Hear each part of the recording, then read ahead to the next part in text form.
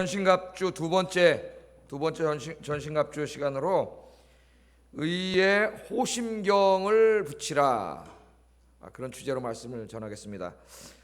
호심경 들어보셨나요? 호심경 잘 안 들어봤죠? 지난번 성경에는 그 흉배라 그랬는데, 흉배, 그래서 가슴 흉자 써가지고 뭔가 이 가슴에다가 이렇게 방어하는 옷이구나 이렇게 좀 이해는 됐었는데, 호심경이란 말은 거의 쓰지 않는 말, 몰라 저만 모르는지 잘 호심경이라 그랬어요. 자, 먼저 제가 설교하기 전에 묻겠습니다. 여러분, 지난주에 어떤 말씀 배웠어요? 진리의 허리띠를 매자. 진리의 허리띠를 매시고 영적인 싸움을 싸우셨습니까? 예? 어떻게 싸우라 그랬어요? 제가 진리의 말씀을 선포함으로, 그죠?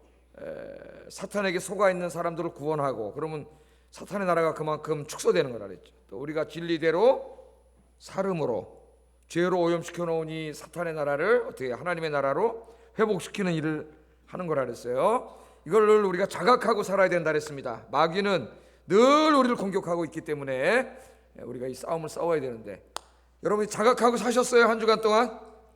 예? 실전입니다. 실전. 진짜 마귀는 지금 살아서 아주 간교한 방법으로 공격하고 있어요. 우리 알아차리게 못 알아차리게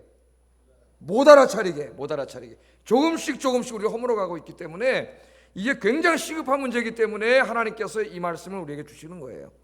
이 싸움을 싸우려면은 영적인 무장을 해야 된다. 그래서 지난번에는 진리의 허리띠, 그래서 우리 기독교가 믿는 전체 진리 체계가 뭔가 생각나세요? 네 가지 뭐라 그랬어요? 창조, 타락, 구속, 새창조, 이런 큰 네 개의 범주 속에서 성경 66권을 제가 설명을 했습니다. 잊어버리신 분은 집에 가셔가지고 홈페이지 들어가셔가지고 다시 한번 들어보면서 적으면서 이건 꼭 알아야 돼요. 왜냐하면 제가 이 지난주에 설교한 진리는 우리 기독교 세계관이에요. 세계관이라고 하는 것은 세상을 바라보는 안경이에요. 안경. 여러분이 세상을 바라볼 때 우리는 그냥 이렇게 맨눈으로 보지 않아요. 모든 사람은 자기 안경을 끼고 세상을 바라봅니다. 노란 안경을 낀 사람은 어떻게 보일까요? 세상이 노랗게 보여요. 빨간 안경 낀 사람은 다 빨갛게 보여요, 여러분. 그래서 이 빨간 안경을 낀 사람은 우리 세상이 다 빨갛게 보이는 거예요. 빨갛게 보여요. 이 안경을 벗어버리지 않는 한 세상을 객관적으로 볼 수 없어요. 그래서 이 지난주에 공부한 진리는 세상을 바라보는 우리의 안경입니다. 안경. 그렇기 때문에 우리가 꼭 알아야 된다. 오늘은 이제 두 번째 말씀으로 호심경에 대해서 말씀을 증거하려고 하는데, 이 호심경은 로마 군단 보병들이 이제 전쟁에 나갈 때 이 가슴을 보호하기 위해서 입는 옷입니다. 그러니까 보호 장비예요. 가슴을 보호하는 보호 장비인데 벌써 딱 켜놨어요. 예. 자, 여기 이 호심경이에요. 이게 뭐로 만들어졌어요? 이 메탈로 만들어졌어요. 금속으로 만들어져 가지고 이렇게 입는 겁니다. 로마 군인들이. 자, 이렇게 입어요. 여러분, 전쟁에 나가면 적군이 뭐가 막 날라옵니까? 어디서 날라오는지도 모르는 화살이 날라오는데, 이거 여기 맞으면 어떻게 되겠어요? 여기 뭐가 있습니까? 심장 있잖아요. 심장 우리 인간에게 머리하고 심장은 생명과 직접 연관되는 중요한 부분인데, 여기 맞으면 죽는 거예요. 창으로 적군이 그냥 푹, 옆구리 찔르면 안 죽을 수도 있는데 여기 찔르면 어떻게 돼요? 죽어요. 칼에 맞아 죽을 수도 있고. 그래서 이 호심경은 전쟁에 나간 군인들을 이 적의 화살이나 창이나 칼이나 이런 것으로부터 그 심장을 보호해주는 그런 장비가 호심경인데, 호심경, 오늘 하나님이 이 호심경을 입으라 그렇게 이야기합니다. 오늘 여기 심장을 보호하는 거죠. 심장은 우리 이 마음에 대한 은유예요. 마음의 은유입니다. 그래서 이 마음을 보호하는 것인데, 마음은 우리 생각과 행위의 좌소예요. 모든 것이 우리 마음에서 나오잖아요. 그죠? 마음이 병들 수도 있고, 마음이 건강할 수도 있고, 그죠? 마음 속에 선과 의로 가득 찰 수도 있고, 마음이 죄악으로 가득 찰 수도 있고, 마음은 보이지 않지만, 그러니까 이런 데 아픈 거는 비교할 수도 없죠. 마음이 아프다 그러잖아요, 사람이. 마음이 아픈 적 있으세요? 마음이 아프면 어디가 아픈 거예요, 도대체? 마음이 아프면 우리 마음이 아프다 그래. 마음이. 근데 이 사탄이요, 전쟁에 나가면 적군들은 심장을 공격하지만 사탄은 마음을 공격해요. 우리의 마음을 공격합니다. 그래서 우리 마음을 향하여 이 화살을 쏴요. 영적인 이 독화살을 막 팍 쏘는데, 여러분 독화살 딱 맞으면 독이 퍼져가고 죽지 않습니까? 어떤 막 화살을 쏴대냐면은 불신앙과 의심과 죽음에 대한 공포와 불평, 불만과 더럽고 불의한 우리 생각들, 절망, 이런 화살들을 막 쏴요. 이 화살 맞으면 어떻게 돼요? 이걸 다 맞으면은 못 살아요, 여러분. 못 살아. 이 큰 화살을 쏘는데 의심의 화살을 쏴요. 그래서 좀 내가 기도하려고 해. 내일부터 새벽에나 좀 기도 좀 해야지. 그리고 기도를 하는데 마귀가 어느 날 내 의심의 화살을 탁 쏴가지고 뭐라 그래요? 야, 너 새벽 기도 지금 한 달 했는데 뭐 응답도 안 되고 뭐 변한 거 있어? 그만해. 기도해도 응답 안 돼. 딱 한 대 맞으면 어때요? 그 다음부터 안 나오는 거야. 그래가지고 새벽 기도 이게 한 대 맞아가지고요. 전도 막 열심히 하는데 목요 전도 나오고, 막 전도 열심히 해요. 요새 삼남 전도회 막 이뻐 죽겠어요. 삼남 전도회 저기까지 저기 막 푸르주 아파트 가서 토요일날 전도한다고 나와가지고, 야, 우리 교회 뭔가 이제 이게 엄청난 변화가 일어나는가 보다. 삼남 전도가 이제 움직이기 시작. 우리 또 막 일요 전도 회원들 목요일날 나와서 막 이 저 파전으로 막 파전 하나에 5,000원이래 시장에서. 근데 파전 막 일요 전도 회원도 제일 많이 나와요. 와서 막 전도 목요 전도도 많이 나오고 막 우리 전도하는데 마귀가 의심의 화살을 탁 불신앙을 심어줘. 야, 너 맨날 나가서 전도지도 안 해주는데 한 명이라도 전도해봤어? 그만해. 이 말 불신앙을 탁 심어주는 거. 까지 전도지도 안 해준다고 예수 믿냐? 그런 거 팍 한 대 맞아갖고 어떻게 해요? 전도를 안 나와. 그다음부터 전도를 안 나오는 거예요. 이 마귀가요 막 쏘는 거예요. 어떨 때는 여러분 누가 나에게 우연히 던진 말 한마디 탁 던졌는데 그 말 한마디가 가슴에 팍 꽂혀가지고 이 말 한마디 때문에 얼마나 괴롭고 힘들 때가 많습니까, 여러분? 그죠? 없어지지가 않아. 이게 막 상처가 돼가지고 막 의심이 탁 생겨가지고 그게 우리 힘들게 하고, 이 마귀가 지금 공격을 해요. 이 화살을 다 맞으면은 못 살아요, 여러분. 죽어요. 그래서 이 마귀가 쏜 화살을 맞으면 못 사는 걸 우리 하나님이 아시기 때문에 이걸 막을 수 있는 호신경을 입어야 된다, 그렇게 말씀을 하셨습니다. 군인들은 메탈로 된 호신경을 입지만은 영적인 싸움에서 이기려면은 메탈로 된 호신경까지 입어봐야 아무 소용 없어요. 우리 마음을 쏘기 때문에 뭘 입어야 돼요? 의로 만든 호신경을 입어야 돼요. 하나님의 의의 호신경. 할렐루야. 여러분 입고 오셨습니까? 오늘 세상에 나갈 때 입고 나가세요. 전쟁터 가는데 지금 이거 안 입고 나가면 큰일 나는 거예요. 의의 호신경을 입어야 된다. 이 의의 호신경을 입으면 사탄이 아무리 화살을 쏴대도 끄떡없어요. 누가 다 막아줘요. 호신경 탁 맞고 다 떨어져 나갑니다. 그래서 오늘 아침에 제가 이 의의 호신경에 대해서 말씀을 전하려고 합니다. 의의 호신경은 무엇인가? 입으라 그랬는데 하나님 이게 뭐예요? 또 의의 호신경을 입는다는 것은 어떤 의미인지, 또 의의 호신경이 어떻게 사탄의 공격으로부터 우리를 보호해 준다는 것인지, 오늘 여기에 대해서 제가 말씀을 증거하려고 합니다. 오늘 마귀가 어쩌면 여러분이 졸음의 화살을 팍 쏴가지고 지금 다 뭐 수면제가 들어가가지고 그냥 빼버리세요. 정신 바짝 차렸어요. 할렐루야. 마귀가 쏩니다. 자, 의의 호신경이 뭐냐? 여러분 이제 첫째 알아야 될 게, 의의 호신경은 우리가 만들어서 입는 게 아니에요. 내가 만들어서 내가 입는 게 아니에요. 의의 호신경은 우리 인간에게는 마귀의 공격을 막을 뭐가 없어요. 까진 화살은 여기 금속으로 만든 거 입으면 되고, 요즘은 방탄조끼 입으면 총알도 못 들어오는 것도 있고 그러지만은 마귀가 하는 공격, 우리 마음속을 공격하는 이 공격은 이거는 막을 게 없어요. 우리 인간에게는. 그러므로 이거는 우리가 만들어서 입는 게 아니에요. 의의 호신경은 하나님께서 이미 다 만들어 놓으셨어요. 우리는 그냥 입으면 돼. 지금 여기도 하나님이 잔뜩 준비해 놓으셨어요. 오늘 교회 안에. 눈에 보이세요? 안 보이세요? 이거 보이면은 저 큰일 나죠. 안 보여요. 안 보이는 거 보인다고 하면 되죠. 이 호신경 여러분 오늘 가실 때 하나씩 다 무료로 드릴 테니까 오늘 입고 가셔야 됩니다. 오늘 여기 교회까지 주일날 와가지고 여기 많은데 그냥 가면 화살 맞았어도 일주일 동안 그냥 비틀비틀거리지 말고 다 입고 가셔야 돼요. 자, 의의 호신경, 하나님이 만들어 놓으신 의의 호신경은 뭐냐 하면은 결론을 말하면은 예수님이에요. 예수님. 우리를 보호하시는 분이 예수님이에요. 자, 의의 호신경을 입는다는 것은 예수님을 믿는 거예요. 여러분 예수님을 믿습니까? 예수님에 대해서 무엇을 믿어요? 제가 늘 물어보죠. 예수님을 믿습니다. 옛날에 부흥사 목사님 들어오시면 믿습니까? 이 시험도 발음이 좀 잘해야 돼. 믿습니까? 그러면 믿습니다 그러는데 뭘 믿는다는 거야 도대체? 돈 그냥 한 100억 벌게 해주실 줄로 믿습니다. 그러면 그냥 아멘. 십자가를 져야 할 줄로 믿습니다. 그러면 아멘 하나도 안 해요. 이게 오늘날 교인들의 수준이에요. 죄송하지만은 뭘 믿어요? 예수님을 믿는데 예수님에 대해서 뭘 믿어요?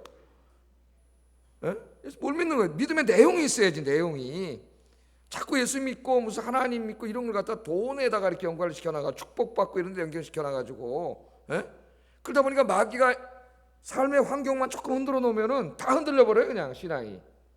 우리 옛날에 초대교회 교인들은 감옥에 가고 매 맞고 고문당하고 심지어는 순교당하면서까지 믿음을 지켰는데 조금만 뭐 살다가 어려우면 그냥 막 하나님 어딨냐고 그러고 이게 흔들려 버려요. 삶이 흔들려 버려요. 왜? 이게 진리 위에 서 있지 못하기 때문에 그래요. 어제 지난번에 내가 지난주 진리에 대해서 설교를 했잖아요. 말씀 위에 신앙이 서 있지 못하기 때문에 자, 그 예수님에 대해서 이제 알아야 되겠는데 그럼 여러분 예수님은 도대체 누구세요? 예수님 누구세요? 여러분 예수님 누군지 아세요? 예수님 누구세요? 지난 예수님이 태어나신 다음부터 지금까지 2000년 동안 예수님이 누군가에 대해서 끊임없이 연구해 왔습니다. 사람들이.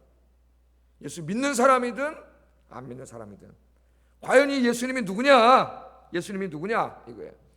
그래서 이 예수님이 누군가를 연구하는 학문을 신학교에 가면 이제 크리스탈로지, 기독론이라 그래요. 기독론이라 해서 공부를 해요. 한 학기 동안 공부를 하는데 이 예수님을 연구하는 방법 중에서 이 역사 비평적 접근을 해서 연구하는 방법이 있어요. 이제 신약을 전공한 사람들이 이제 역사 비평적 방법을 접근하고 조직 신학을 전공한 사람들은 이제 이 연역적 방법을 예수님 하나님의 아들이라는 것을 전제해 놓고 그 예수님이 하나님의 아들인 증거를 성경에서 찾아가는 거예요. 이 연역적 방법이죠. 역사적 방법은 거꾸로 그런 걸 전제하지 않고 예수님에 대해서 기록한 모든 문헌들, 성경만이 아니라 뭐 요세푸스도 있고 많죠. 고대 문헌들을 다 이렇게 연구를 해가지고 과연 이 예수님이 누구인가를 연구하는 거예요. 그래서 이걸 이 연역적 방법이 아니라 이건 귀납적 방법이죠. 이 연구하는 방법이 우리 신학에서는 미트로부터 기독론이라 그래요. 미트로부터 기독론. 그렇게 요새 신약에서는 예수님에 대해서 연구를 합니다. 연구를 했는데 많은 사람들이 막 책을 써내고 있어요. 지금까지도 막 예수님이 누군가에 대해서 책을 써내고 있어요. 자, 어떤 사람은 예수님을 연구해 보더니 역사적인 자료를 가지고 야, 예수님은 유대 랍비 중에 한 사람. 랍비 중에. 제가 지금 랍비들의 가르침에 대한 책을 공부하고 있는데 유대교 책을 하나 지금 열심히 공부하고 있는데 재밌더라고요. 이 랍비 중에 한 사람이다. 그래서 책을 막 이만하게 써낸 사람이 있어요. 또 어떤 사람은 예수님은 유대의 선지자다. 선지자. 성경에도 나오죠. 예수님 너희들은 나를 누구라 하느냐 그랬더니 선지자라고 하더이다. 이런 말이 나오잖아요. 예수님 그때부터 질문했어요. 너희들은 나를 누구라 하느냐. 이게 굉장히 중요한 거예요. 여러분 신앙생활에서 여러분 인생에서 너희들은 나를 누구라 하느냐 이렇게 물어보지 않습니까? 선지자라고 해. 그래서 또 책을 그냥 이만하게 써놨어요. 제 방에 가면 있어요. 책이. 또 어떤 사람은 이 세상의 부와 권력을 비웃은 하나의 철학자, 옛날에 그 견유 철학자라는 거야. 여러분 그 유명한 일화가 있잖아요. 알렉산더가 와가지고 자기 선생님이 이렇게 왜 그러시냐고 거기 좀 도와주려고 왔더니 야 이놈아 좀 비켜, 햇빛 안 들어와 그랬다는 거 아닙니까? 그 부와 권력을 조롱하면서 진리를 선포하고 그렇게 개같이 그렇게 사는 그런 철학자였다는 거예요. 예수님이 공중에 새도 집이 있고 그러나 인자는 뭐가 머리에 둘 곳이 없느니라. 그런 철학자였다는 거예요. 또 뭐 그렇게까지 깊이 연구를 안 했더라도 학교에 가면 애들한테 예수님은 4대 성인의 한 사람이라고 가르쳐. 4대 성인 누굽니까? 공자, 소크라테스, 부처, 예수. 그래서 4대 성인. 훌륭한 인간. 20세기의 자유주의 신학자들은 예수님은 하나의 도덕적이고 모범적인 하나의 인간, 훌륭한 인간, 우리가 본받아야 될 아주 훌륭한 인간, 그렇게 이야기를 합니다. 여러분들은 예수님 누구세요? 여러분들은 맞습니까? 지금까지 이야기가 방대한 문헌을 연구해가지고 엄청난 자료책을, 예수님에 대한, 예수님을 연구하려면은 그 2차 자료만 해도 너무 많아가지고 공부하기가 어려워요. 우리 한국 사람들은. 왜? 언어가 안 돼요. 언어가 일단. 그 어려서부터 저 미국 가서 영어를 배워가지고 영어가 자기 모국어가 되고 엄청나야 돼요. 엄청나야 돼요. 예수님 누구세요? 자, 이 사람들이 이렇게 얘기했지만은 예수님을 전혀 다르게 얘기하는 사람들이 있었어요. 그 사람들이 누구냐면은 예수님의 제자들과 예수님을 따르던 일단의 유대인들입니다. 이 사람들은 뭐라 그랬느냐? 십자가에서 죽으신 예수님은 로마의 정치범으로 억울하게 죽은 랍비나 선지자나 철학자가 아니고 이 다른 역사가들이 얘기하던 그런 사람이 아니고, 이분은 바로 하나님의 아들이다, 메시아다, 구원자다, 그렇게 선포했습니다. 이것도 예수님에 대한 하나의 견해예요. 객관적으로 본다면. 근데 세상 사람들은 이건 안 받아들이려 해요. 안 받아들이려 해요.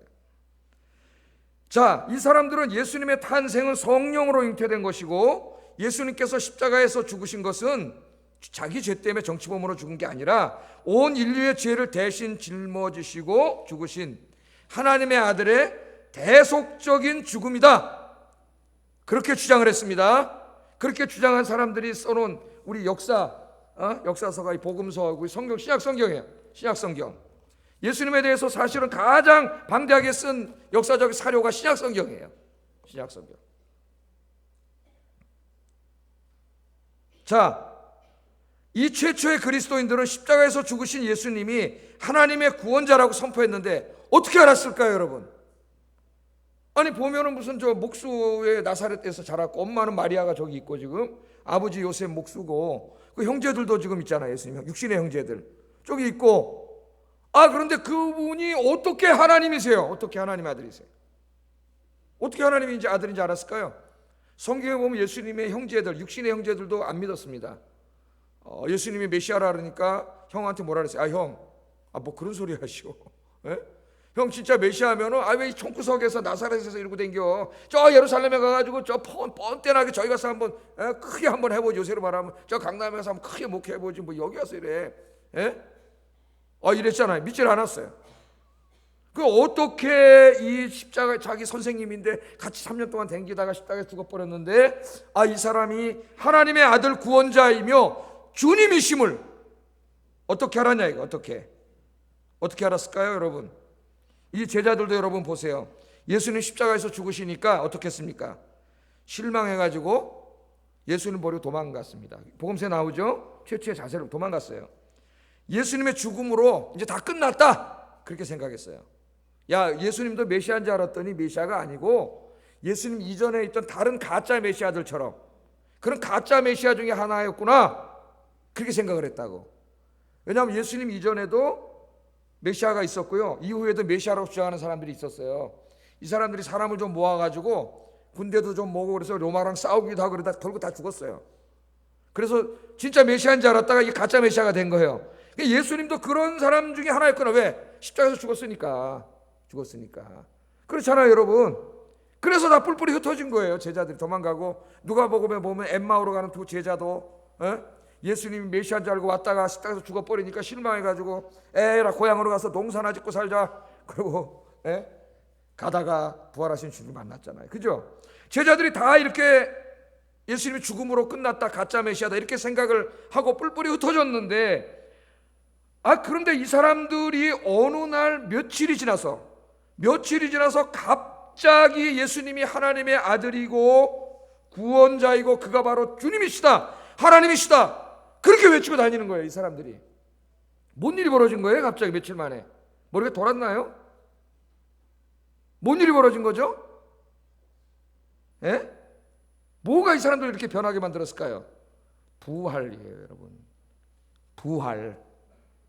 예수님께서 죽은 지 3일 만에 사망의 권세를 깨뜨리고 다시 살아나셨습니다. 할렐루야. 예수님의 십자가에서 죽으심으로 다 끝났는 줄 알았는데 3일 장사 치렀는데 그분이 다시 살아나셨고 그 부활하신 예수님을 만난 거예요. 그 부활하신 예수님을 만남이 이 사람들을 변화시킨 겁니다. 이분이 진짜 메시아구나, 진짜 하나님의 아들이구나, 진짜 구원자구나. 할렐루야. 여러분, 인류가 존재한 이래로요, 지금까지 죽은 사람이 역사 속에서 육체적으로 다시 살아난 적이 없습니다. 그런 기록도 없고 그런 불가능한 일이죠. 예? 간혹 죽은 줄 알고 관 속에다가 집어넣는데 덜 죽은 걸 잘못 알아가지고 다시 살아나서 나왔다는 얼마 전에 인터넷에도 제가 봤습니다. 그런 얘기는 있지만은 진짜 이 사람 숨이 완전히 끊어져 가지고 말이죠, 3일 동안 장사 지냈어요. 여러분, 3일 지나면은 썩습니다, 시체가. 그래서 썩지 말라고 냉동고에 넣어놨다가 염을 하잖아요. 염을 다 썩어요. 3일 장사 지낸 다음에 그 사람이 살아났다? 과거에도 없었고 지금도 없고 앞으로도 일어날 수 없는 일이에요. 불가능한 일입니다. 불가능한 일. 그래서요, 이 만일 누군가가 죽어가지고 의사가 사망 진단 내렸어요. 저희 어머님 돌아가실 때 보니까 의사가 와서 10시 18분인가 고 한경애 씨 사망하셨습니다, 이렇게 얘기하더라고요.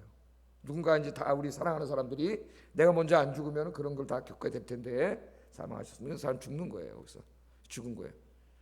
사망 선고를 받고 3일 동안 다 이렇게 장사 지냈는데 살아났어요. 있을 수 있어요, 없어요? 없어요. 제가 만약 여기 와가지고 여러분, 제가 이렇게 죽어가지고 3일 있다가 다시 살아났습니다, 그런 사람입니다 내가. 그럼 여러분 어떻게 하실 거예요? 저 양반이 완전히 맛이 갔구나, 이제 완전히 돌았구나. 장로님들한테 목사님 좀 바꿔야 되겠습니다. 그러니까 이게 믿을 수 없는 일이에요. 그러니까 제가 왜 이 말을 하냐면은, 누군가가 이 자유주의 신학자들이나 이 기독교를 비판하는 사람들이, 예수님은 하나님이라고 안 믿는 사람들이 얘기하기를 막 비판하잖아요. 정말 누군가가 바울 같은 사람이 다 만들어 꾸며냈다는 거야. 예수님은 그냥 한 사람은 유대인 랍비인데, 선지자인데 거기다 막 하나님처럼 막 신적인 걸 부활했다는 건 거짓말 시켜갖고 막 이렇게 만들어 놨다는 거예요. 자, 그럼 한번 생각을 해보세요. 여러분, 이렇게 우리 좀 여러분 똑똑하게 생각을 해보셔야 돼요. 변증가가 돼야 돼. 누군가가 정말 예수님을 신격화 시켜가지고 하나의 신으로 만들어 놓고 종교를 만들어서 많은 사람들을 끌어모아가지고 문선명이처럼 헌금 막 강요해가지고 돈도 벌어내고 이렇게 하려고 했다면은 절대로 부활했다는 말은 안 합니다. 왜? 아무도 믿지 않기 때문에. 죽은 사람이 3일 만에 살아났다는 말을 하면 아무도 안 믿어요. 아무도. 그렇기 때문에 누가 정말 종교를 하나 꾸며가지고 만들어가지고 사람들을 이렇게 모이게 하려고 했다면 멋있는 철학 이야기를 하거나 불교처럼 이런 얘기를 해야지, 죽은 지 3일 만에 다시 살아났고요, 예수 믿으면 당신도 죽었다가 부활합니다, 그 말에서 믿을 사람이 아무도 없어요. 그런 말을 안 한다고. 할 리가 없어요. 그런데 왜 성경에는 부활에 대한 이야기가 핵심을 이루고 있죠? 예수님이 진짜로 부활하셨다는 걸 보여주는 거예요. 그거는. 진짜로 부활하지 않았다면 절대 그런 얘기 하지 않아요. 나부터도. 왜? 아무도 안 믿는데 그런 얘기를 뭐하러 해? 아무도 안 믿는데. 그 믿을 수 없는 얘기잖아요. 지금도 전도하면 부활 얘기하면 다 웃어요, 세상 사람들이. 그 믿음이 없는 사람은 이 부활 얘기 도대체 왜 했지? 그냥 사랑하라, 용서하라 이런 얘기만 하면 되지. 부활하신 거예요. 할렐루야. 여러분 믿습니까? 부활하신 예수님을 만났기 때문에 도저히 일어날 수 있는 일이 아니잖아요. 인간은 부활할 수 없기 때문에 그분이 하나님이라는 확신하게 된 거예요. 예수님은 위대한 성인도 아니고 랍비도 아니고 선지자도 아니고 하나님의 아들이요 메시아요 구원자요 주님인 줄로 믿습니다. 그래서 이 사도 바울이 온 세상을 돌아다니면서 로마 황제가 다스리는 온 세상을 돌아다니면서 저기는 로마 황제가 주가 아니고 예수 그리스도가 주님입니다. 할렐루야. 그렇게 외치고 다닌 거예요. 목숨 걸고. 왜? 그게 진리니까. 여러분 지난주 열심히 외치셨어요? 예수 그리스도가 주님이라고. 돈이 주님이 아니고 예수님이 주님이라고. 여러분 이렇게 믿습니까? 부활한 거 많은 사람들이 봤다 그랬어요. 많은 사람들이. 사도 바울이 이렇게 얘기합니다. 고린도전서 15장 3절 8절 읽어보겠습니다. 시작.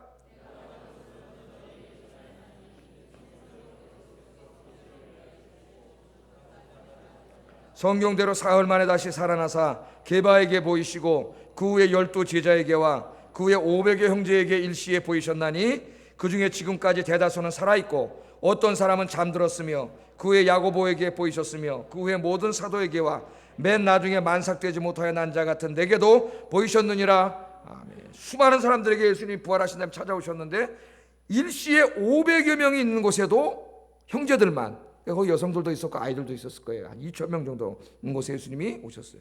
한 3-4명이 봤다 그러면 환상을 봤거나 유령을 봤다고 얘기할 수 있겠지만은 한 2,000명이 동시에 부활하신 예수님을 만났어요. 다 예수님 만난 증인들이 이렇게 많은 거예요. 속일 수가 없는 거예요.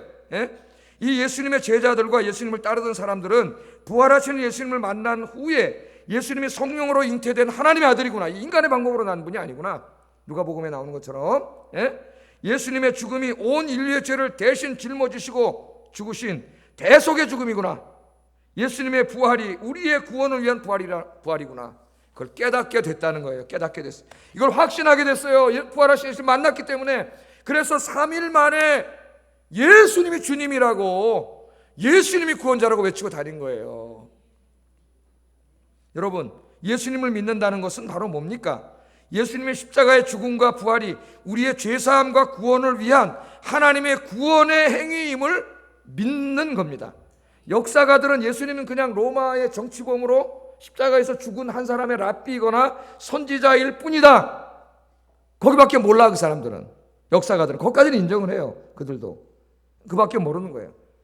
그러나 그분이 그렇게 죽은 한 사람의 랍비나 선지자, 단순히 그런 사람이 아니고 그분이 바로 하나님의 아들이시라는 거, 오늘 성경이 우리에게 그것을 가르쳐줘요. 그래서 의의 호신경을 입는다는 것은 바로 이 예수님이 하나님의 아들이고 구원자임을 내가 확신하는 거예요. 믿는 거예요. 여러분, 우리는 믿는다는 거를 너무 가볍게 생각을 해요. 믿어요? 네, 믿습니다. 그럼 뭘 믿는다는 거예요? 그냥 머릿속에 어떻게 보면 아는 거를 믿는다고 착각하고 있는지도 몰라요. 그냥 아는 거를. 믿음은 그런 게 아니에요. 정말 이것을 여러분이 믿고 예수 그리스도를 여러분이 인격에 만나면 여러분의 이 온 인생이 변하게 되어 있습니다. 여러분, 저 음식을 먹을 때 이제 잡숫잖아요. 작은 입 콕콕콕 씹어가지고 먹으면 포도당도 나오고 이게 막 들어가가지고 어떻게 됩니까? 이게 다 우리 혈관을 타고 들어가서 우리 세포, 근육까지 다 영양소가 퍼져가지고 이게 건강해지는 거예요. 이 믿음도 마찬가지야. 이게 머릿속으로 내가 이걸 지식으로 알고 있는 게 믿음이 아니에요. 이게 정말 이 내 온 인격을 완전히 다 내 온 인격 속에 믿음이 퍼지는 거예요. 그래서 나의 삶 전체가 예수의 삶이 될 때 그걸 믿는다 그래요. 믿는다 그래. 믿음을 너무 가볍게 믿는다고 생각하지 마세요. 그게 바로 믿음이에요. 믿음. 물론 그 믿음은 내 심리적인 확신으로부터 시작합니다. 내가 확신. 여러분 믿습니까? 네, 시작하는 거예요. 그래서 이미 예수 믿고 구원받은 여러분들은 의의 호신경을 입었어요, 안 입었어요? 입었어요. 안 입었으면은요, 여러분, 사탄이 뭐로 공격해요? 죄와 죽음을 권세를 가지고 죄와 죽음으로 공격해요. 우리를 죄짓게 해서 지옥불에 떨어지게 하는 게 사탄의 공격의 목표입니다. 이걸 안 입었으면 우리는 계속 죄짓고 살다가 지옥 갈 인생이에요. 그런데 의의 호신경을 입음으로 우리가 이 사탄의 공격으로부터 승리하게 된 줄을 믿습니다. 하나님께서는 이 의의 호신경을 만들기 위해서 외아들을 희생하셨어요. 그냥 금속 정도로 만들거나 하나님이 뭘 가지고 이렇게 만들어 놓은 게 아니야. 외아들을 희생하시, 외아들로 만든 거예요. 외아들의 생명으로. 예수님께서는 자기의 생명으로 만든 거예요.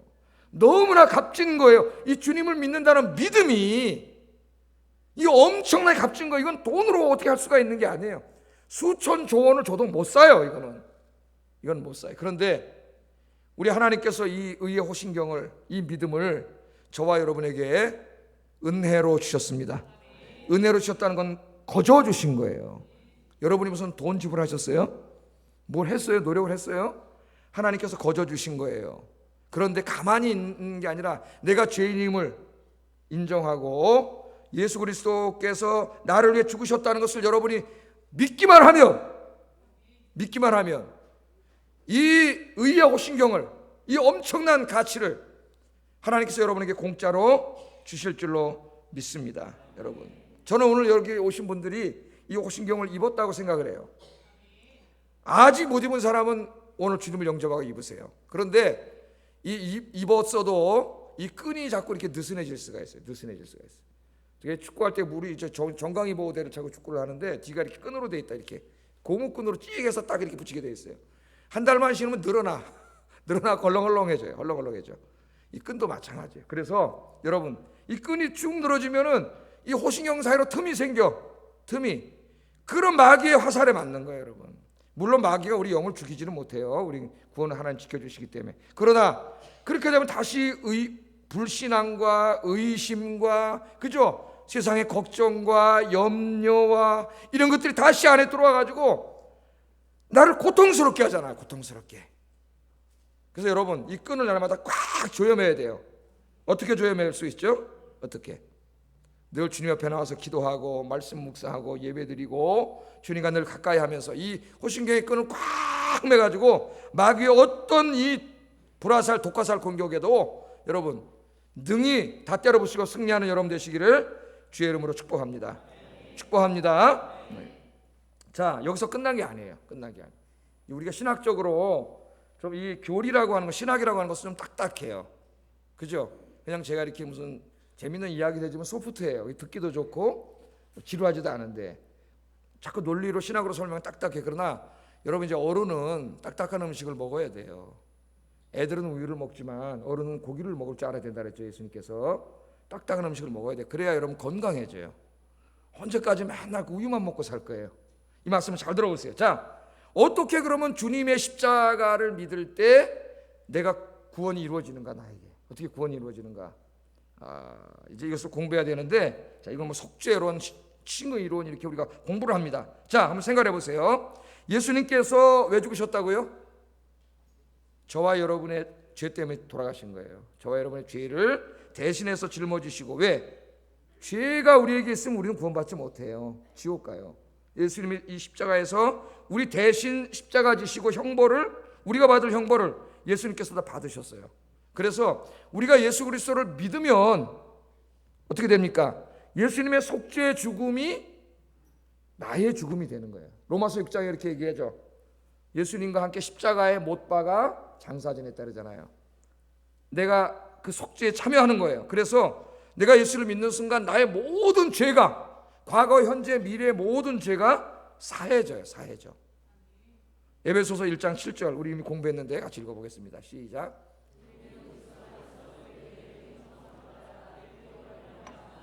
죄사함을 받았는, 여러분 여기 죄사함을 받았다는 게 굉장히 중요합니다.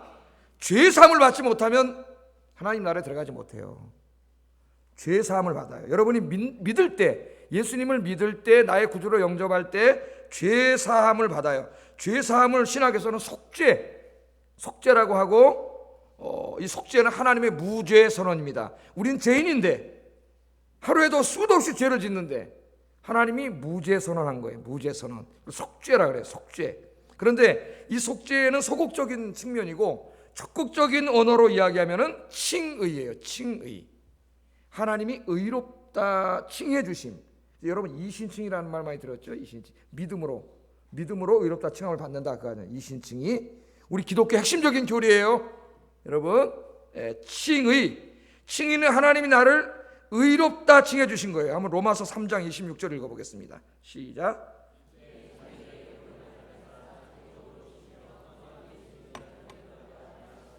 아멘. 우리를 어떻게 하신다고요? 믿으면 죄를 용서해 주실 뿐만 아니라 우리를 뭐라고 칭해 주세요? 의롭다 칭함을 받지 못하면 역시 구원받지, 하나님 나라 들어가지 못해요. 하나님 나라는 의인만 가는 곳이에요. 죄인은 못 가요. 의인만 가는 곳이 하나님의 나라예요. 의인. 근데 내가 의인이라서 가는 게 아니고 나는 죄 졌는데, 로마서 1장에 하면 나는 이미 죄 때문에 사형 선고를 받았는데 예수님이 내 죄를 대신 짊어지시고 내가 받을 형벌을 받으셨기 때문에 내가 예수님의 공로로 의롭게 된 거예요. 그래서 여기 속죄와 칭의는 이게 모두가 다 그 법정 용어입니다. 법정. 이 재판 받을 때 나오는 용어예요. 이걸 설명을 했어요. 우리 구원을. 법정 용어예요. 왜냐하면 우리가 다 죽지 않습니까? 나중에 이제 주님이 재림하실 때 우리 모든 이 땅에 태어났던 인류들은 하나님의 법정에 서야 돼요.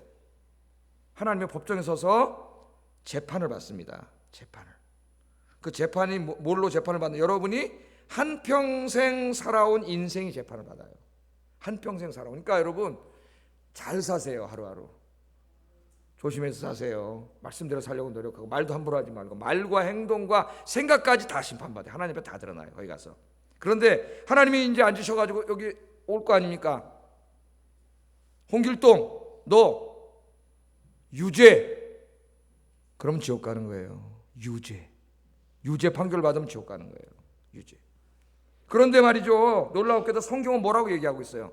성경은 이 하나님의 재판대 앞에 섰을 때 의롭다 함을 받을 사람이 아무도 없다 그래요. 아무도 없다고. 여기 의롭다 칭한다는 말, 이게 다 법률 용어라 그랬어요. 법률 용어. 무죄 선언 받을 사람이 아무도 없어요. 로마서 3장 10절에 보면은 기록된 바 의인은 없나니 뭐라고요? 하나도 없으며. 그래서 가톨릭의 포용주의적 구원론은 잘못했다고 제가 얘기했죠. 무신론자도, 불교 믿는 사람도 양심적으로 살면 예수님의 십자가의 공로로 구원받는다. 이 말도 안 되는 소리예요. 자, 그러므로 모든 인류는 하나님의 법정에서 유죄 판결을 받을 수밖에 없고 지옥 가도록 죄를 졌어요. 아담 이후로 인간은 딱 그렇게 운명이 정해져 있어요. 절망적이에요. 그러니까 지금도 예수 밖에 있는 사람들은 절망적이에요. 이 땅에 살 때 그 사람이 뭐 조금 권력 갖고 돈 좀 있다고요? 인기 좀 있다고? 얼굴 좀 이쁘고 잘생겼다고? 그거 뭐 도움이 됩니까? 잠깐 들지 뭘. 그 사람들 소망이 없는 사람들이에요. 소망이. 여러분 건불 10년이에요. 화무는 11홍이요. 건불은 뭐야? 10년. 달도 차면 기울어요. 인생이 권력이 10년 가지 않아요, 여러분. 이쁜 꽃도 그거 잠깐 다 쓸어들어요. 하나님 밖에 있는 사람은 절망적인 인생이에요. 절망적인 인생. 그렇게 모든 것이 끝나면, 예수 없이 인생이 끝나면 지옥 가는 거예요, 여러분. 그래서 여러분 내가 전도해야 되는 거예요. 여러분 가족을 복음을 전해야 되고요. 자, 이렇게 만약에 끝났다고 생각을 해보세요. 인간은 다 죄 져가지고 지옥 가고, 하나님이 창조하신 이 세상 하나님 나라도 죄로 다 파괴돼, 마귀가 한 것처럼 죄로 다 오염돼서 파괴돼가지고 다 파괴되면은 마귀의 목적이 이루어지는 거예요. 사탄이 승리하는 거예요. 그렇다고 하나님께서 죄인에게 무죄를 무턱대고 선고하실 수 없습니다. 왜냐하면 하나님은 공의의 하나님이에요. 공의. 이걸 아셔야 돼요. 하나님의 공의와 사랑을 알아야 돼요. 하나님이 우주를 통치하시는 두 가지가 있는데 하나는 공의와 사랑이에요. 공의와 사랑. 죄인에게 무죄를 선고하면 하나님의 공의가 훼손됩니다. 그러면 하나님은 불의한 하나님이 돼요. 제가 이렇게 수요일날 얘기했죠. 살인범 하나 잡아왔어요. 살인범. 여기 살인범이 있어요. 제가 판사예요. 홍길동 씨, 어디서 사람 이렇게 사람 3명 죽였죠? 제가 살인했습니다. 무죄! 제가 이렇게 선언했어요. 무죄. 살인범인데 무죄 그랬어요. 그럼 제가 의로운 재판장입니까? 저 사랑 굉장히 많은 재판장이에요. 차창모 판사님은 사랑 무지 많으시네. 3명이나 죽였는데 무죄해 주시네. 그렇게 합니까, 여러분? 다음 언론에 어떻게 날까요? 저 돌았다. 완전히 불의한 재판관 당장 모아이 잘라 이렇게 날 거 아닙니까? 이런 똑같아요. 하나님 공의 하나님이 죄인을 향하여 하나님이 무죄라고 할 수 없어요. 유죄 선고하셔야 돼요. 근데 하나님 우리를 사랑하세요. 유죄 판결 내리면 다 지옥 가. 하나님 어떻게 하셨을까요? 그래서 성부, 성자, 성령 삼위일체 하나님이 회의를 하셨어요. 그래서 우리를 구원하기로 작정하시고, 그 저의 유죄 판결을 내려야 되는데 이 유죄 판결을 어떻게 할 건가, 죄의 문제를. 그래서 외아들 예수님이, 죄 없으신 예수님이 인간의 몸을 입고, 저 초월에 계셨던 그 주님이 인간의 몸을 입고 이 땅으로 내 인간의 몸을 입고 인간의 역사 속으로 들어오신 거예요. 아기의 모습으로 여인의 몸을 빌려서 그분이 들어오신 거예요. 그리고 그분이 우리의 모든 죄와 우리가 받을 형벌을 십자가에 다 짊어지시고 유죄 판결을 받으시고, 저 2000년 전 갈보리 저 언덕에서 외롭게 저와 여러분을 위해서 죽으셨습니다. 할렐루야. 그리고 3일 만에 부활하신 거예요. 할렐루야. 그래서 여러분은 이제 예수 믿고 구원받은 사람은 하나님 앞에 섰을 때, 우리는 죄인이지만 우리는 어떻게 돼요? 하나님 보실 때 우리의 형벌은 이미 누가 받으셨어요? 예수님이 받으셨어요. 우리는 죄사함 받았어요. 그래서 하나님 뭐라 그래요? 차창모 무죄. 당신은 의로운 하나님의 백성이요, 너는 의로운 하나님의 백성이야. 그래서 지옥 가지 않고 어디 간다는 거예요? 천국에 가게 되는 거예요. 할렐루야. 할렐루야. 이 은혜, 이게 놀라우신 하나님의 은혜예요. 그런데 이 은혜는 그럼 예수님이 다 이루어 놓으셨으니까 자동적으로 모든 사람이 다 구원받는 거 아닙니까? 아니에요.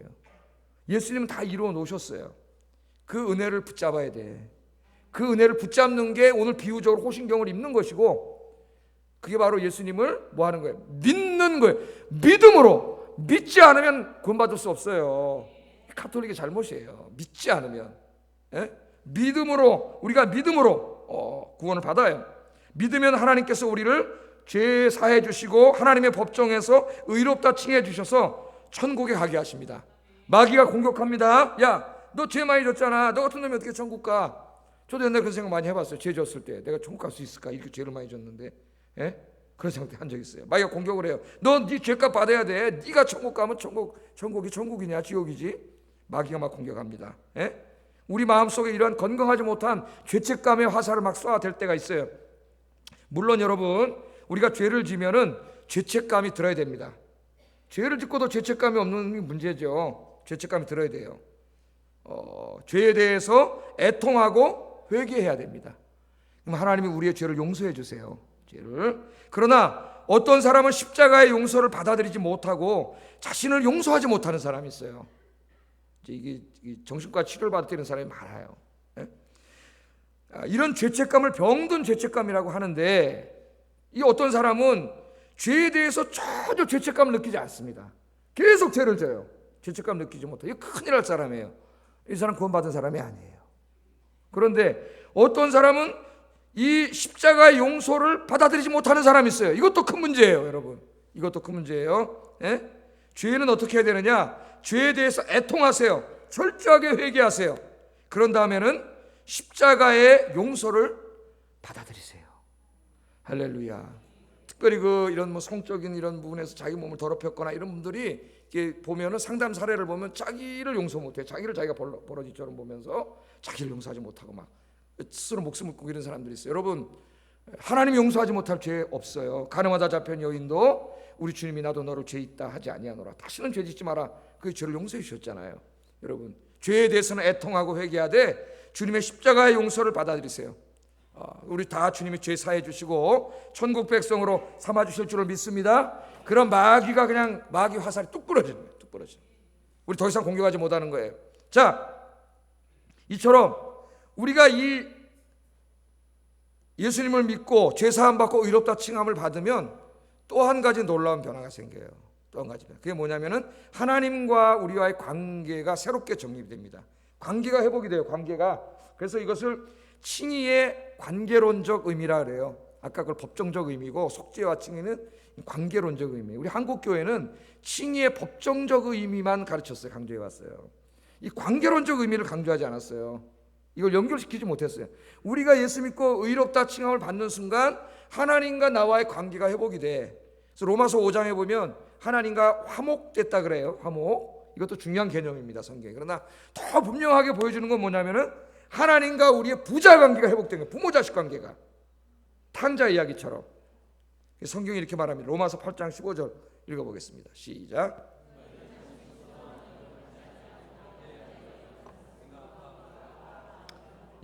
우리가 하나님 어떻게 부른다고요? 아빠, 아버지라고 불러요.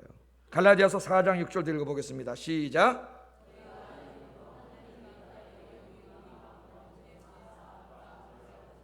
아멘. 탕자 이야기에서 하나님 아빠이신 아버지가 탕자를 끌어안고 자식으로 다시 회복시켜주는 유명한 그림이 나오죠. 누가복음에. 그 그림이 바로 이 그림이에요. 우리 하나님의 아빠가 되어주세요. 그래서 우리 주기도문에서도 하늘에 계신 우리 아빠, 아버지. 정말 하나님이 여러분의 아버지세요. 하늘에 계신 아버지. 내가 아버지라고 하는 것은 내가 너에게 이제 아버지 노릇 해주겠다는 거예요. 어떨 때는 하나님을 메타포로 많이 사용하잖아요. 목자라고 할 때는 내가 너에게 목자 노릇 해주겠다는 거예요. 왕이라는 메타포를 사용할 때는 내가 너에게 왕 노릇 해주겠다는 거예요. 하나님 우리에게 아빠 노릇 해주는 거예요. 아빠가 뭐 하는 사람이에요? 아빠가 우리 지켜주시고 먹을 거 공급해 주시고 우리 이끌어 주시고 인도하시고 그런 분이 아빠예요. 아빠. 하나님이 아빠예요. 여러분. 아빠가 되셔서 여러분 지켜주세요. 이제 염려하지 마세요. 걱정하지 마세요. 사탄은 말이죠, 세상 일들을 통해서 우리 가슴 마음을 향하여 불안과 걱정과 염려와 두려움의 화살을 막 쏴댑니다. 독화살을. 이거 팍 맞으면 어떻게 될까요? 우리 걱정과 염려에 사로잡히고 마음이 막 불안해지고 우울해지고 이거 다 마귀 때문에 그러는 거예요. 여러분, 이거 정신과적으로만 생각할 게 아니에요. 물론 그런 면도 있지만 심리적인 면도 있지만 궁극적으로는 영적인 문제라고 생각합니다. 이것이 그런 마음이 막 생기고 우리 마음속에 막 그런 거예요. 그러나 여러분 염려하지 마세요. 우리는 이미 하나님의 의의 호신경을 입었습니다. 그리고 하나님이 우리의 아빠세요. 아빠. 아빠 노릇 해주세요. 여러분 부족합니까? 기도하세요. 아빠께서 일용할 양식 주세요. 여러분 필요한 것들 기도하세요. 하나님 부족할 것들 채워주세요. 위험한 일 있습니까? 아프십니까? 기도하세요. 병도 고쳐주시고 대적들로부터 우리 아빠가 다 지켜주실 줄로 믿습니다. 마귀는 그런 것들 가지고 자꾸 와서 우리를 공격해 마음에다가 이 독을 뿌려요. 우리 아빠가 지켜주세요. 그래서 하나님이 나의 아버지시구나.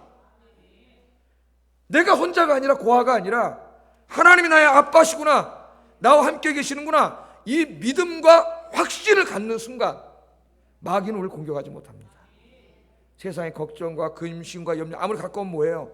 하나님 아버지가 채워주실 줄로 내가 확신하는데 그게 어떻게 내 마음을 움직여서 우울하게 하고 불안하게 하게 어떻게 이렇게 할 수가 있겠어요? 하지 못해요. 그래서 믿음은 그만큼 중요한 거예요. 믿음이 우리가 예수 믿고 구원받았다는 건 단지나 구원받아서 이 다음에 천국까지 그것만이 아니에요. 이제 여러분은 하나님의 자녀가 됐어요. 하나님의 아빠가 됐어요. 하나님의 아빠 노릇 해주세요. 여러분 확신하세요. 믿으세요. 하나님 붙잡고 행복하게 사시기를 주의 이름으로 축복합니다. 믿음이 없으니까 맨날 마귀한테 찔려가지고 그냥 걱정하고 염려하고 맨날 이렇게 사는 거예요. 믿음의 방패를 가지세요. 믿음의 방패를. 자, 마지막으로 한 가지만 더 빨리 설교하고 마치겠습니다. 이렇게 우리가 예수 믿으면은 죄사함 받고 의롭다 칭함을 받아서 하나님의 자녀가 되고 천국을 소유하게 되고 뿐만 아니라 이 땅에 살아가는 동안 하나님 우리 아빠가 되어 주셔서 우리를 지켜주시는데 그것만이 아니에요. 그것만이. 우리 이 땅에 혼자 살아갈 때 마귀를 이길 수가 없어요. 그래서 마귀를 이길 수 있도록 능히 이길 수 있도록 우리 아빠께서 하나님의 영이신 성령을 우리에게 보내주세요. 성령을 사도행전 2장 38절 읽어보겠습니다. 시작.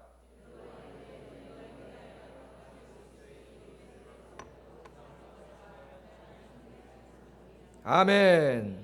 성령은 보여요? 안 보여요? 안 보여요. 영이기 때문에 하나님의 영이시기 때문에 보이지 않습니다. 그러나 성령이 우리 안에 찾아오시면 성령이 찾아온 사인이 나타나요. 사인은 여러 가지로 이야기할 수 있어요. 예수님이 그랬죠. 성령으로 난 사람은 바람과 같아. 바람이 보여요? 안 보여요? 바람 안 보여요. 그러나 바람이 불면 얘가 흔들리고 이것도 흔들리고 느껴져. 바람은 보이지 않지만 바람이 불면 우리 바람을 분다는 거 알아요. 성령이 이와 같다. 하나님의 영은 보이지 않지만 그분이 찾아오시면 인격적인 그분이 찾아오시면 그 찾아온 사람이 변하게 돼 있어요. 이 변화는 굉장히 다양하게 나타납니다. 성경에서. 오늘 그걸 다 설명할 수는 없고 나중에 성경론 또 가르칠 때 제가 가르칠게요. 이미 설교도 많이 했지만은 그러나 오늘 연관시켜서 아주 중요한 것 중에 하나가 뭐냐면은 성령님이 찾아오시면 우리의 인격과 도덕적인 품성을 변화시킵니다. 변화. 이게 굉장히 중요해요. 신비주의 교회 가면은 무슨 성령이 오시면 환상 보고 방언하고 귀신 쫓아내고 이런 얘기만 하는데 이 성령님은 인격적인 하나님이세요. 인격이신 그분이 오시면 우리 이 인간 자체가 변해. 인간 자체가.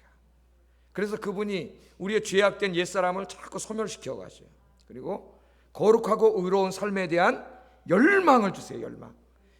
옛날에 안 그랬잖아요. 돈벌이 되면 가서 막 아무거나 막 하고 죄 짓고 막 나한테 유익이 되면 막 저 사람 눈에 피눈물이 나오든 말든 막 그렇게 하고 살았는데 성령님이 찾아오시면 그렇게 못 살게 해요. 거룩하고 의로운 삶에 대한 열망을 주시고 사랑하고 용서하는 삶에 대한 열망을 주시고 또 그렇게 살아갈 수 있는 힘도 주세요. 힘도 주세요. 우리 성령께서. 성령님 찾아오셔서 그렇게 하셔요. 그래서 사탄이 우리 육신 안에 탐욕과 욕심을 자극해가지고 우리로 하여금 악을 행하게 하잖아요. 거짓말하게 하고 불의를 행하게 하고 더러운 말하게 하고 분노하게 하고 험담하게 하고 다투게 하고 음란하게 하고 우리 에베소 4장에서 다 배웠어요. 사탄을 이렇게 공격하잖아요. 그러나 성령님이 찾아오시면 사탄은 쫓겨나가고 누가 여러분 안에 내주하세요? 하나님의 영이 내주하셔서 거룩에 대한 열망을 주셔요. 그러므로 진짜 예수 믿고 구원받은 사람들의 삶이 도덕적인 면에서 변화되게 되어 있습니다. 필연적이에요. 필연적이에요. 예수 잘 믿는데 삶은 좀 아니야. 거짓말이에요. 믿지 않는 거예요. 그거는 필연적으로 성령이 찾아오셨기 때문에 필연적으로 거룩해지고 있고 그 사람의 말과 행동 이런 것들이 다 진실하고 선하고 사랑 충만하고 용서하고 의롭고 거룩하게 변화됩니다. 예수 믿고 변하지 않았다는 것은 말이 안 되는 거예요. 말이 안 돼. 그래서 야고보 사도가 뭐라 그랬어요? 야고보, 행함이 없는 믿음은 죽은 믿음이다. 죽은 믿음은 뭐예요? 믿음이 아니라는 거예요. 거짓말이라는 거예요. 교회 안에 믿음이 있다 그러고 막 돌아다니는 사람이 많은데 그 사람을 보니까 말과 행동에 행함이 없어. 거기 어떤 도덕적인 거룩함과 의로움, 어떤 인격적인 어떤 그런 성품적인 변화가 없어. 그 믿음이 아니라는 거예요. 믿음이. 착각하지 말라는 거예요. 여러분, 내가 정말 예수님 믿으면 성령이 오시기 때문에 변화하는 겁니다. 그런 목사님, 나는 구원 못 받은 게 확실합니다. 왜냐하면 지금도 엉망이거든요. 저도 엉망이에요. 여러분, 아직 구원이 완전히 이루어지지 않았어요.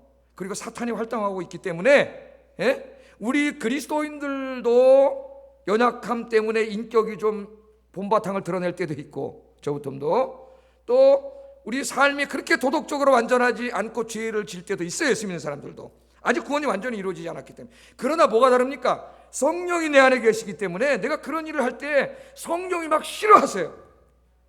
성령이 막 회개하도록 만드세요. 애통하도록 만드세요. 그래서 성령이 오신 사람 그날 밤에 회개 안 하고는 견딜 수가 없어요. 그러나 그게 안 되는 사람은 그냥 계속 죄를 반복으로 맨날 짓는 사람은 구원받지 못한 사람. 성령이 나를 자복하게 하고 통회하게 하고 내 인격적이지 못한 그런 부분들, 성품이 변하지 못한 부분들을 막 애통하게 만들어요.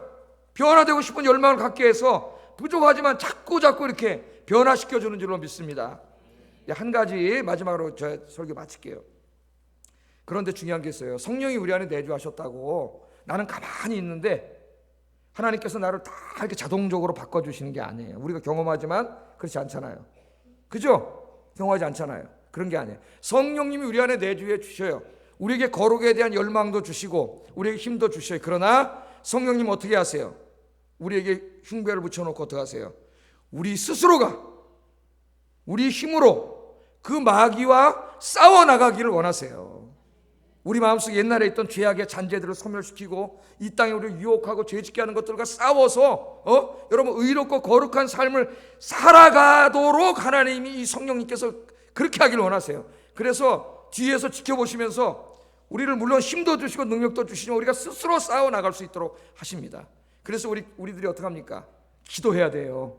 기도하면 성령님 도와주세요. 오늘부터 기도하세요. 다른 것도 기도해야 되지만은 나의 인격의 변화, 성품의 변화, 도덕적인 삶의 변화를 위해서 정말 많이 기도하셔야 돼요. 왜 기독교인들이 그렇게 못 살면 어떻게 됩니까? 세상에서 기독교라고 안 그러고 개독교라 그러잖아요.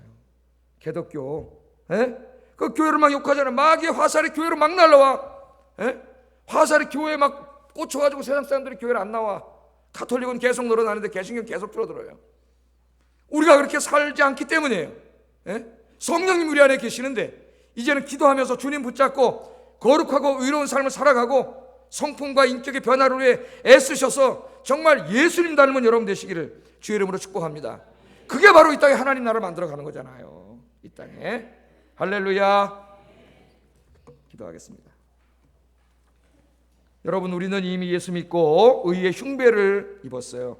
죄사함 받고 의롭다 칭함을 받았습니다. 하나님의 자녀가 됐습니다. 성령님이 내주하십니다.